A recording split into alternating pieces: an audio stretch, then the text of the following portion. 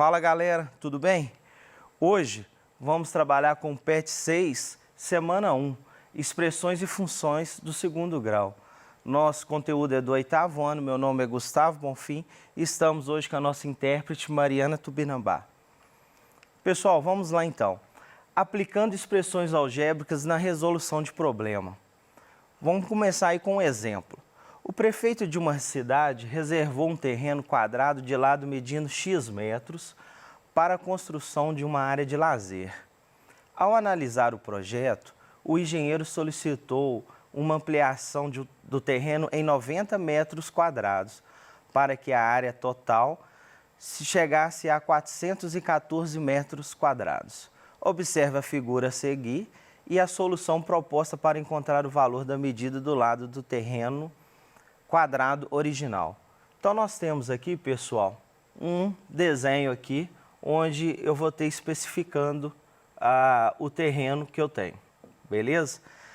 Primeiramente é o seguinte, o que foi dito lá no exercício é que eu tenho um terreno que ele é quadrado. Então, é esse aqui que eu circulei, ó, beleza? De lado, medindo aí X, que até o momento não vai ter muita importância para a gente, não. Beleza? Por isso que eu até circulei aqui. E aí o pessoal pediu para ampliar esse terreno. E aí eles pediram para ampliar esse terreno em mais o quê? 90 metros quadrados. Beleza? Então o que acontece? Ele perguntou qual que é a expressão algébrica que vai totalizar esse terreno.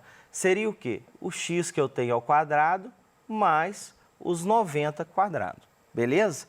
Esse total, ele pediu o seguinte, esse total vai dar 414 metros quadrados, beleza? Então, eu fiz aqui passo a passo para você entender o que é a proposta do nosso conteúdo. Então, vamos lá continuando. A expressão algébrica que descreve a metragem total da área projetada pelo engenheiro em função da medida do lado do terreno quadrado original é uma equação quadrática ou equação polinomial de segundo grau. Essa expressão é, então, tudo que eu expliquei aqui para você. Qual que é essa expressão? X ao quadrado, que é o terreno quadrado aqui que está de azul, mais os 90, que é o terreno que está de vermelho, esse total é 414. O terreno inicial era X ao quadrado, a área. Ele pediu para ampliar, ou seja, para somar mais 90 metros, que chegasse num total de 414 metros quadrados. Beleza até aí, né? Tranquilo. Vamos lá. Equação quadrática ou equação polinomial de segundo grau. É uma equação que é definida por ax ao quadrado mais bx mais c, com um a diferente de zero. O porquê que nós temos que ter, pessoal, esse detalhe aqui, ó, desse a diferente de zero, beleza? Vamos anotar essa equação aqui só para a gente observar. Ax ao quadrado mais bx mais c.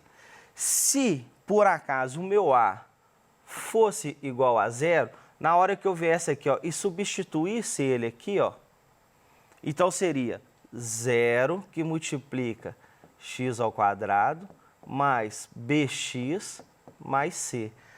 0 vezes qualquer coisa, isso aqui vai zerar. Então, vai ficar 0 mais bx mais c, beleza? E isso aqui não é uma equação de segundo grau. Por isso que ele põe essa observação, com um a diferente de zero. Porque se o a for zero, isso aqui, ó, deixa de ser uma equação de segundo grau, beleza? Então, vamos dar continuidade aí. As equações quadráticas ou equações polinomiais de segundo grau são aplicadas na resolução de problema desde a época dos babilônios. Resolver uma equação significa determinar suas raízes no conjunto de números reais. Uma raiz de uma equação é um número real que, ao substituir pela incógnita por esse número na equação, transforma o resultado em uma igualdade verdadeira. Beleza, pessoal? Então, vamos lá. O conjunto formado pelas raízes de uma equação é conhecido como conjunto solução da equação. As equações quadráticas podem ser expressas na forma genérica ax ao quadrado mais bx mais c em que A, B e C são números reais com A diferente de zero. Eu já expliquei qual o motivo que o A tem que ser diferente de zero. Então, A é o coeficiente de x ao quadrado. Tá aí, já foi explicado. O B é o coeficiente de x e ele pode ser zero. Esse B aí não me importa qual número que seja, qualquer número. E o C é o termo independente e também pode ser zero. Então, pessoal, só para a gente observar, o A acompanha o x ao quadrado, o B acompanha o x e o C é o termo independente, beleza? Esse A aqui, ele é o que não pode ser zero, beleza? O B pode ser zero e o C também pode ser zero, não tem problema, tranquilo? Dando continuidade. Dizemos que uma equação de segundo grau ela é incompleta quando B é igual a zero ou C é igual a zero. Quando B é igual a zero e o C é diferente de zero, a equação se reduz em ax ao quadrado mais c igual a zero, de onde se obtém que x ao quadrado é igual a menos c sobre a. Aí você me pergunta aqui, professor, que loucura é essa aqui? Vamos lá, tranquilo, mantenha a calma. Ó, a equação normal é ax ao quadrado mais bx mais c, beleza? Igual a zero. Ele falou o seguinte, que o b é zero. Zero, então vai ficar aqui, ó, ax ao quadrado mais 0 vezes x mais, e o c é um número qualquer diferente de zero. Então, vou deixar como zero. 0 vezes x, isso aqui, zerou. Então, o que eu obtive? Ax ao quadrado mais c é igual a zero. Olha aqui, ó, o que está escrito, beleza? Chegamos aí. Aí, eu quero saber o valor de x. Tranquilo? Então, o que eu vou fazer? Tenho que eliminar esse c aqui, ó. Se é mais c, eu vou adicionar menos c de ambos os lados. Então, vai ficar ax ao quadrado mais c menos c é igual a zero menos c. Esse com esse corta. Ax ao quadrado é igual a menos c. Esse a eu vou dividir todo mundo por a. Então, corta, corta. Posso falar que x ao quadrado é menos c sobre a. Olha lá, ó. Beleza? Tranquilo até aí, né? Então, muita gente pergunta, da onde que existiu isso? É só o desenvolvimento da questão, beleza? Continuando aí. Se menos c sobre a for menor que zero, ou seja, se ele for um número negativo, não vai ter raiz, beleza? Se c menos a for maior que zero, ou seja, um número positivo, eu vou ter duas raízes com o mesmo valor absoluto, mas sinais contrários. Só isso aí até agora, beleza? Pode ficar um pouco complexo, mas nós vamos desenvolver isso aí, fica tranquilo. Observe que a solução proposta abaixo, em que b é igual a zero e menos c sobre a é maior que zero. Então, se esse valor é maior que zero, eu vou ter duas raízes, tranquilo? Então, voltando ao exemplo aí, ó, eu tenho o quadrado de área x ao quadrado com um acréscimo de 90 metros quadrados, totalizando aí 414 metros quadrados, beleza? Se eu quero fazer com que essa seja uma função de segundo grau, aqui no lugar do 414 eu tenho que ter o zero. Então, para mim eliminar esse 414, eu vou adicionar menos 414 em ambos os lados. Então, o que eu tive? 414 menos 414, eu vou cortar. Então, ficou o quê? X ao quadrado, 90 menos 414 é menos 324. Aqui sim, cheguei numa função aí de segundo grau que a gente conhece. Tranquilo? Agora, o que eu vou fazer? Eu vou descobrir os valores que vai satisfazer essa equação. Eu quero saber o valor de x. Então, se eu quero saber o valor de x, eu vou adicionar 324 de ambos os lados, beleza? Então, o que eu tenho aqui, ó? Menos 324 mais 324 é igual a zero mais 324. Esses 324 do meu lado esquerdo vão zerar, eu posso cortar. O que eu obtive? Que x ao quadrado é igual a 324, beleza? Agora, o que eu faço aqui? Tiro a raiz desse valor de x. Tiro a raiz do lado esquerdo e do lado direito. Então, o que eu chego? que x é igual a mais ou menos 18. Raiz de 324 é mais ou menos 18, beleza? Eu não vou utilizar menos 18, porque eu não tenho uma medida de menos 18, então só serve para mim o 18 positivo. Então, o conjunto de solução dessa equação é o quê? Solução, abro chaves, eu falo o quê? Menos 18 e mais 18. Nem toda vez esse menos 18 aqui vai satisfazer a minha questão, a minha atividade. Então, a medida do lado do terreno quadrado original é de quê? É de 18 metros. Eu não tenho uma medida de menos 18 metros, beleza? Então, aqui eu vou utilizar só os 18, tranquilo até aí, né? Pessoal, vamos agora iniciar aí as nossas atividades do PET 6, semana 1. Primeiro exercício está pedindo lá. Agora é com você. Explica o valor dos coeficientes A, B e C nas equações de segundo grau abaixo e apresente o conjunto de solução de cada uma das equações dentro do conjunto dos números reais. Pessoal, vou fazer a letra A aqui bem tranquilo, passo a passo, e as demais aí vocês desenvolvem. Então, o que eu tenho aqui, ó? X ao quadrado menos 9 igual a zero. O A, a gente falou que ele é aquele termo que acompanha o x ao quadrado. Então, o A está aqui, ó. Beleza? Se não tem nada, é 1, porque 1 vezes x ao quadrado é x ao quadrado. O B é o termo que acompanha x. Eu tenho x aqui? Não. Então, meu B é 0. E o C é o termo independente. Então, tá aí, ó. C é menos 9. Tranquilo até aí, né? Fácil demais. Então, agora para resolver o exercício, x ao quadrado menos 9 é igual a 0. O que eu fiz? Eu adicionei 9 em ambos os lados. Então, menos 9 com 9 eu posso eliminar. Então, ficou o quê? X ao quadrado é igual a 9. Tiro a raiz quadrada dos dois. Então, raiz de x ao quadrado é igual a raiz de 9. E aí eu posso falar que x é o quê? Mais ou menos 3. Por quê? 3 ao quadrado dá 9, menos 3 ao quadrado também dá 9, beleza? E a solução é o quê? Vou escrever o S de solução, abro chaves, coloco menos 3 e 3 aí, beleza? Então, na atividade, na letra B, nós temos x ao quadrado é menos 4, então os coeficientes é 1, 0 e menos 4, e aí você vai desenvolver essa questão com os mesmos princípios da letra A. Você vai chegar, então, que a solução é menos 2 e mais 2, beleza? Letra C, x ao quadrado menos 36 é igual a 0. Então, eu tenho o A vale 1, o B 0 e o C menos 36. Vou fazer todo aquele desenvolvimento, beleza?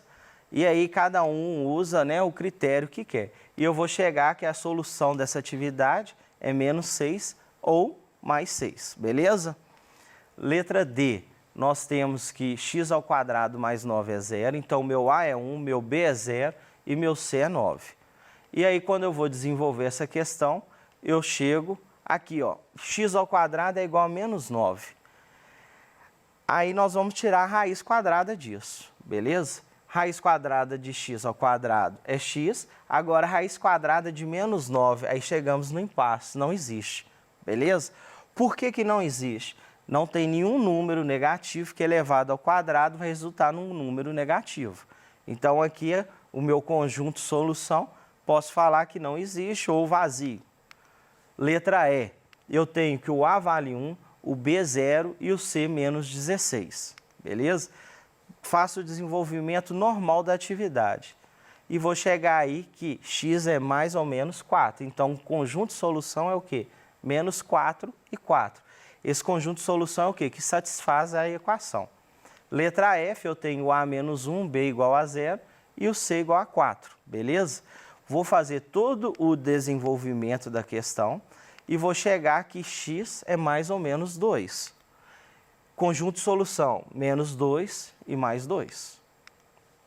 Letra G, x ao quadrado menos 3 igual a 0, o A vale 1, o B 0 e o C menos 3. Beleza até aí?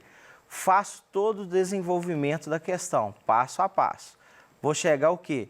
Que x é igual a mais ou menos raiz de 3. Eu não tenho um valor exato para raiz de 3. O que você faz? Deixa como raiz de 3, beleza? Então, você vai falar o quê? Que o conjunto de solução é menos raiz de 3 e raiz de 3, tranquilo? não tem nenhum problema. Letra H, menos x ao quadrado mais 81 é igual a zero. Então, eu tenho que o A vale menos 1. Observação aqui, pessoal. Olha lá. O A é o termo que acompanha o x ao quadrado, tá? E menos 1. O B eu não tenho, que é aquele que acompanharia o x. Então, é zero. E o C, tá aí, é o termo independente, que é 81. Beleza? Faço o desenvolvimento da questão da mesma forma.